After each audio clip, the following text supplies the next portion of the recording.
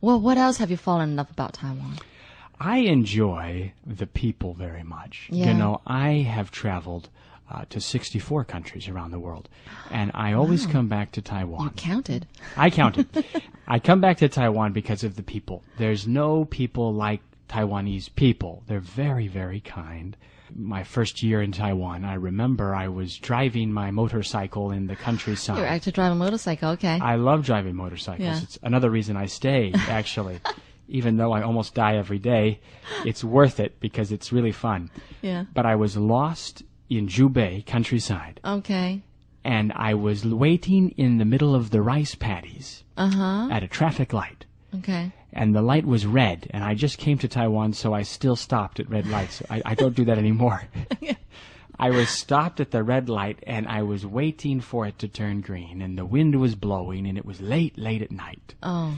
And a guy came up beside me on a motorcycle and looked at me, and I looked at him and looked at the light, and he looked at the light, looked at me, we looked at each other, we looked at the light, and just before we left, he took off his gloves from his hands and threw them to me. Yeah. I caught them, and then he just zipped away. Yeah. He was concerned about my purple, cold hands. Yeah. And I tried to catch him to tell him thank you. I couldn't catch him. He was too fast. Yeah. But that's just sort of Taiwan style. Oh. Wonderfully warm people, particularly to foreigners who are visiting. Right. It's very, very pleasant part of Taiwan.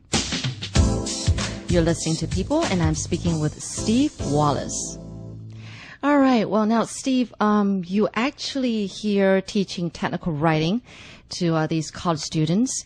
And was it after you came to Taiwan and realized those 9 common errors, is that it, about Taiwanese people's composition writing? You know, when I first started teaching technical writing in Jiaoda, I had a general technical writing class, you know, as you would take anywhere.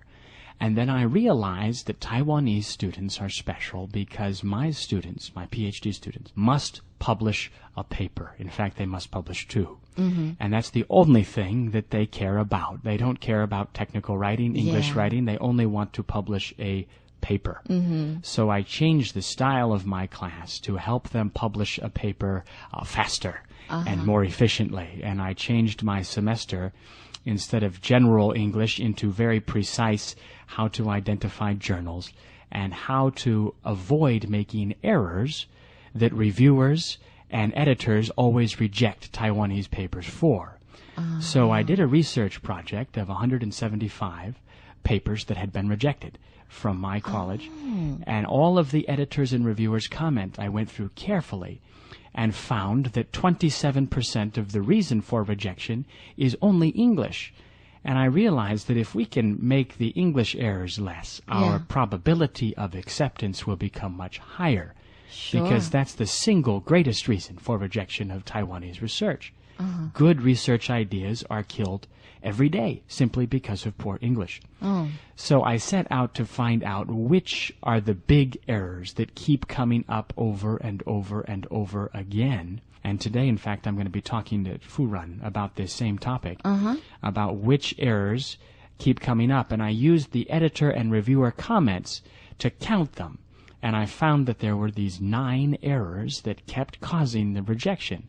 And so I've put together a whole course about this, how to avoid these errors, and then how to publish more papers. It's actually, you can see a whole review of this study on my website, editing.tw, www.editing.tw. You can see the review of my research. I always try to get my students to avoid this because it breaks my heart in a little way when I see 2 years of research go down the tubes just because of poor English. Okay. And I think we should be trying harder to avoid these big errors. Well, can you mention a couple of those? Maybe you don't have time to say all 9, but maybe a couple of what are those common errors? Okay, pronouns are a big problem.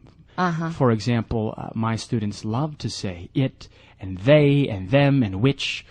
However, it's not usually clear to the reviewer who they are, what it is. Oh, sure. And as a result of that, we get the fuzzy meaning comments or unclear pronoun comments. The other day, I was modifying a thesis with one of my master's students in my writing laboratory, and she kept saying it and they and this and them, and I kept asking her, what does this mean? And she said, oh, teacher, You remember. I talked about this 3 pages ago, right here. I didn't remember. Yeah. And neither will the reviewer, neither will the editor. So we get this reject comment. Editors, reviewers don't want any fuzziness. And our number one goal in technical writing is to be clear. And our second goal is to be short. And that's probably the second error that I get is redundancy. Too many words to express a simple meaning. Instead of 3 words, I use 7. Instead of 1 sentence, I use 12. And as a result of that, reviewers complain about dead wood in the paper. Dead wood, extra words and phrases that are not helping, but are in fact hurting my paper, my research. Interesting. Yeah, that is so true. But I can see that those two are actually sometimes could be common errors done by native speakers themselves. Sure, sure. Well, we all have that problem, of course. Yeah. What has it been like teaching Taiwanese young people English? I enjoy it very, very much because my students have a very high motivation to learn English.